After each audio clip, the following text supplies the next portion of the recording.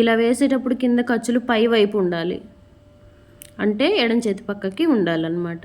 ఈ విధంగా స్టిచ్ వేసుకోవాలి. ఉక్స్ పట్టి వేస్తున్నాను నేను. ఒక 1.5 ఇంచ్ క్లాత్ తీసుకోవాలి, అంటే 1.5 ఇంచులు. ఓకే, ఈ విధంగా లోపలికి మడి చేయాలి మొత్తం, అసలు బయటికి ఏమి ఉండొద్దు. కిందకు వచ్చేసి కింద ఖర్చులు కూడా లోపలికి మడవాలి. ఇలా స్టిచ్ వేసుకున్న తర్వాత ఎక్స్ట్రా ఏమైనా ఉంటే తీసేసేద్దాం. ఇదే విధంగా సేమ్ షేప్ బెల్ట్ జాయిన్ చేసుకొని కాజా పట్టి వేసుకోవాలన్నమాట. చాలా ఈజీ అండి, కాకపోతే కొంచెం ధ్యాస పెట్టి చూసేయండి, ఊరుకునే వచ్చేస్తుంది. దీనికి లెక్కలు అవసరం లేదు, చదువు అవసరం లేదు. ఏమీ జీరో నాలెడ్జీ ఉన్న వాళ్ళు కూడా ఇట్లా చూసేసి అట్లా కుట్టేస్తున్నారు. ఓకే, ఈ మధ్య టైలరింగ్ ఛానల్స్ వాళ్ళు ఎక్కువైపోయారండి. యూట్యూబ్లో కూడా క్రియేటర్స్ ఎక్కువైపోయారు. అయినా సరే పర్లేదు, ఎక్కువైనా కానీ అవి చూసి ఈ చూసి అవి చూసి ఈ చూసి ఏవి చూడొద్దండి. ఏవి చూడొద్దని నేను చెప్పను. ఎవరో ఒకరిని ఇద్దరిని ఫాలో అవ్వండి చాలు.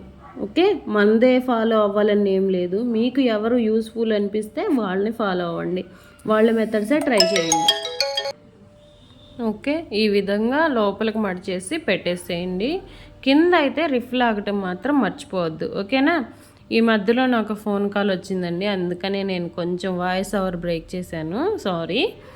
ఓకే, ఇప్పుడు ఈ విధంగా ఫ్రంట్ పార్ట్స్ రెండు పెట్టేసుకొని ఈ విధంగా పొడవు చూసుకోవాలి. ఉక్స్ పట్టి కాజా పట్టి అసలు సమానంగా వచ్చినాయా లేదా అనేది ఇది మాత్రం మస్ట్ అండ్ షుడ్గా మర్చిపోకుండా చేయండి. ఓకే, చూసుకోలేదనుకో కస్టమర్కి ఇచ్చిన తర్వాత మళ్ళీ అదొకటి పొడవు ఇదొకటి పొట్టి అంటే మళ్ళీ మనమే బాధపడాల్సి వచ్చింది అనమాట.